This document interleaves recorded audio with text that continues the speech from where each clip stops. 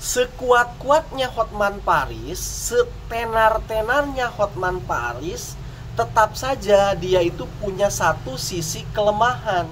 Dan bagusnya lagi, sisi kelemahan Hotman Paris ini juga didukung oleh salah satu undang-undang yang berlaku di Indonesia. Artinya, untuk menganalisis ataupun untuk mengambil satu kelemahannya Hotman Paris ini, juga itu bisa di backup oleh satu produk hukum di Indonesia. Dan kalau seandainya Rasman mau mempelajari, mau menganalisis satu kelemahan Hotman Paris ini, bisa saja ini Hotman bisa terlepas dari jeratan hukum, yaitu delik aduan Hotman Paris tentang pencemaran nama baik. Artinya Rasman bisa terbebas dari ancaman kurungan penjara. Begitu loh. Nah, tetapi kalau mau ini Maya Rasman ini mau menganalisis, mau mengubah strateginya, karena strategi yang selama ini dipakai oleh Rasman melawan Hotman itu bagi saya itu adalah strategi yang buntu, yang ujung-ujungnya akan mengantarkan Rasman ini ke penjara. Kalau menurut saya sih begitu ya, analisis saya. Emangnya apa sih strategi yang dibangun oleh Rasman sekarang melawan Hotman? Gini, kita kembalikan dulu ya, pokok permasalahannya itu apa? Pokok permasalahannya ini kan adalah delik aduan oleh Hotman Paris terhadap Rasman dengan tuduhan mencemarkan nama baik. Emangnya si Rasman berbuat apa sih sama si Hotman, kan begitu tuh, sehingga Hotman harus melaporkan Rasman, yaitu diduga si Rasman ini bikin satu statement di media sosial ataupun di depan pers, di depan awak media. Dia bilang salah satunya nih, bahwasanya Hotman Paris itu adalah penjahat. Itu yang pertama. Ataupun selanjutnya mempunyai kelainan begitu, ataupun juga bahkan dibanding-bandingkan Hotman Paris ini oleh Rasman seperti Germo, begitu loh. Tahu kalian Germo ya? Itu loh yang suka jualan wanita-wanita nakal, begitu loh. Jual beli lah ibaratnya begitu.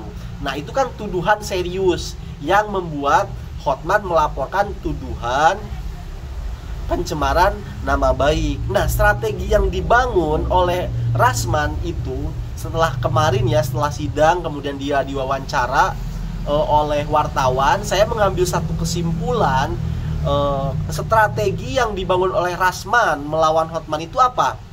Dia ingin membawa bukti-bukti, ya kan, membawa bukti-bukti, salah satunya misalkan di situ pernyataan Hotman yang bilang salah satunya nih ya, bahwasanya si perempuan ini suka ditawar-tawarin nomor teleponnya oleh Hotman Paris, begitu loh. Wah, ini kan termasuk ibaratnya ya merendahkan harkat martabat wanita salah satunya. Ataupun juga adanya check-in di salah satu hotel, begitu kan, di satu villa misalkan begitu tuh. Terjadilah hubungan dewasa kan begitu. Itu Rasman menggunakan strategi itu gitu loh, mengungkap aib-aibnya begitu loh. Untuk apa dia mengungkap itu semua? Untuk menguatkan kepada hakim bahwasanya apa yang saya bilang itu, misalkan tadi bahwasanya Hotman itu adalah penjahat gitu, itu sebenarnya bukan fitnah, itu fakta. Itu kan strategi yang dibangun oleh Rasman tuh begitu. Kalau itu fakta, lantas apa maksudnya? Itu tidak ada di sini yang dicemarkan nama baik.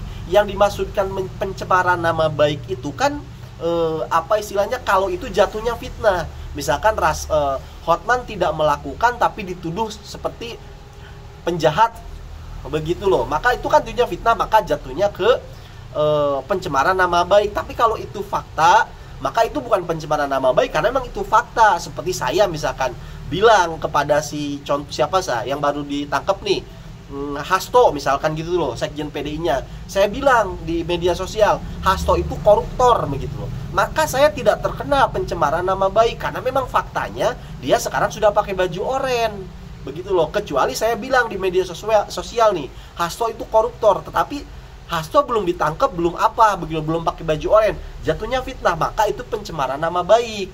Begitu. Nah, itu strategi yang dibangun Rasman itu begitu, membawa bukti-bukti, membawa ya kayak membuka aib-aibnya si Hotman ya kan, untuk menunjukkan bahwa apa yang saya bilang itu adalah fakta. Itu kan strateginya. Menurut saya ini strategi punya satu kelemahan, yaitu apa? Rasman bilang begitu itu mewakili siapa, begitu loh. Apakah misalkan dia ketika bilang ini kan merendahkan harkat martabat wanita misalkan. Nah, si wanitanya aja nih sebagai asprinya Hotman Paris, dia tidak merasa tersinggung dengan ucapannya si Hotman, begitu loh. Dia enjoy aja. Atau si perempuannya ketika melakukan hubungan dewasa ya tidak melaporkan gitu, tidak merasa ini saya begitu loh. Jadi Rasman ini mewakili siapa? Wong si perempuannya aja tidak merasa dilecehkan, begitu loh. Atau tidak juga merasa misalkan direndahkan sebagai harkat martabat perempuannya. Nah, ini kan menjadi rumit buat Rasman kalau membangun logika itu, begitu loh. Dia tidak mewakili si perempuan itu, begitu loh. Akhirnya kan menjadi bobotnya itu tidak berbobot, begitu loh. Fakta-fakta yang dia suguhkan tuh menjadi tidak berbobot. Seandainya pun itu benar, misalkan Rasman bawa videonya, bawa bukti percakapannya, begitu loh misalkan. Lah perempuannya tidak merasa dirugikan, kok Rasman yang repot, kan begitu. Nah, ini secara bobot hukum ya kan, bobot argumen akhirnya menjadi ringan, begitu loh. Tidak lagi berbobot, makanya sulit kalau masih menggunakan cara itu. Nah, di sini syukur-syukur Rasman bisa nonton nih video ini. Jadi bisa diambil satu pelajarannya, ternyata Hotman Paris juga punya kelemahan. Apa sih kelemahannya? Ini nih saya kasih tahu ya buat Rasman. Di dalam hukum Indonesia itu ada yang namanya RJ, Restoratif Justice. Nah, ini bagi saya itu kelemahan buat Hotman. Kalau mau digunakan ini restoratif justice oleh Rasman. Apa sih restorasi justice? Damai. Restoratif justice itu diciptakan ya kan untuk pidana-pidana yang ringan, dan ini ringan kalau menurut saya. Di sini tidak sampai melukai, misalkan tidak terjadi sampai sampai meninggoy atau bagaimana, ataupun sampai ada kehilangan harta dan lain sebagainya kan. Termasuk kategori ringan lah ya pencemaran nama baik ini, begitu loh. Nah, ini sangat cocok dengan restoratif justice ini, begitu loh. Nah, ini jelas ada undang-undang ya kalau nggak salah nomor 34 tahun 2019 34 tahun 2000 peraturan pemerintah ya tahun 2019 gitu loh. Bang, tapi kan ini sudah berjalan proses peradilannya, emang bisa restoratif justice? Sangat bisa, diatur juga dalam undang-undang 140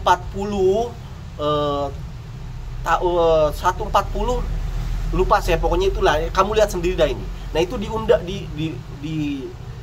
ada juga dalam undang-undangnya, meskipun peradilannya sedang berjalan formil ya, itu restorasi masih bisa digunakan.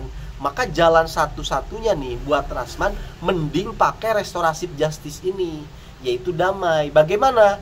Turunkan ego. Memang ini juga ada kelemahan. Kelemahannya apa? Kalau pihak Hotmannya tidak mau, kalau tidak mau tetap lanjut. Nah, maka jalan satu-satunya adalah Rasman menurunkan egonya, minta maaf di depan media, nggak usah lagi itu nyerang-nyerang Hotman, begitu loh. Nggak usah lagi jatuhin harkat martabatnya Hotman. Hotman malah makin tersinggung itu, ya kan? Nah, emangnya dikira yang punya strategi misalkan Rasman doang, ya kan? Dengan cara begitu menjatuhkan. Emangnya Hotman nggak punya senjata, nggak punya strategi? Tentu dia punya. Justru semakin Rasman ini terus memojokkan, menjatuhkan image-nya Hotman terus semakin membangun satu strategi. Semakin kuatlah keinginan untuk menjebloskan Rasman ke penjara. Maka jalan satu-satunya bagi saya nih, minta maaf dulu kepada media, ya kan, di depan media. Kemudian hubunganlah baik secara personal, datengin ke rumahnya dan lain sebagainya. Itu menurut saya itu satu kelemahan dalam kasus hukum ini, termasuk kelemahannya Hotman Paris. Gunakan strategi ini gitu loh, datengin, minta maaf dan lain sebagainya, jalankanlah restoratif justice ini. Belum terlambat, sebelum ketok palu. Kalau udah ketok palu ya repot, begitu loh. Jadi kan kalau memang tujuan di awalnya sudah gagal, kan mau pansos tadinya nih, misalkan Rasman dengan ketenarannya Hotman Paris, misalkan begitu tuh. Sekarang kan udah gagal, mau pansos juga gimana, kamu juga kan udah dicabut lisensinya, apa itu, berita acara sumpahnya, begitu loh. Minta maaf ke pengadilan aja belum ada putusan apa-apa tuh dari pengadilan kamu ini, Rasman. Ya lebih baik kamu menghindari satu-satunya. Misi yang pertama kan gagal, kamu mau pansos mau apa, ya kan? Malah yang ada kamu malah udah jatuh ketimba tangga. Maka menurut saya ini udah jalan terakhir, selamatkan diri kamu supaya nggak terjeblos ke penjara, begitu loh. Kalau udah masuk ke penjara ya udah repot, udah dicabut lisensi, berita acara sumpahnya juga dicabut, dijeblosin ke penjara pula. Wah, ini. Maka jalan satu-satunya adalah udahlah Rasman, turunkan ego, gunakan satu undang-undang ini, restoratif justice. Terima kasih karena sudah menyimak.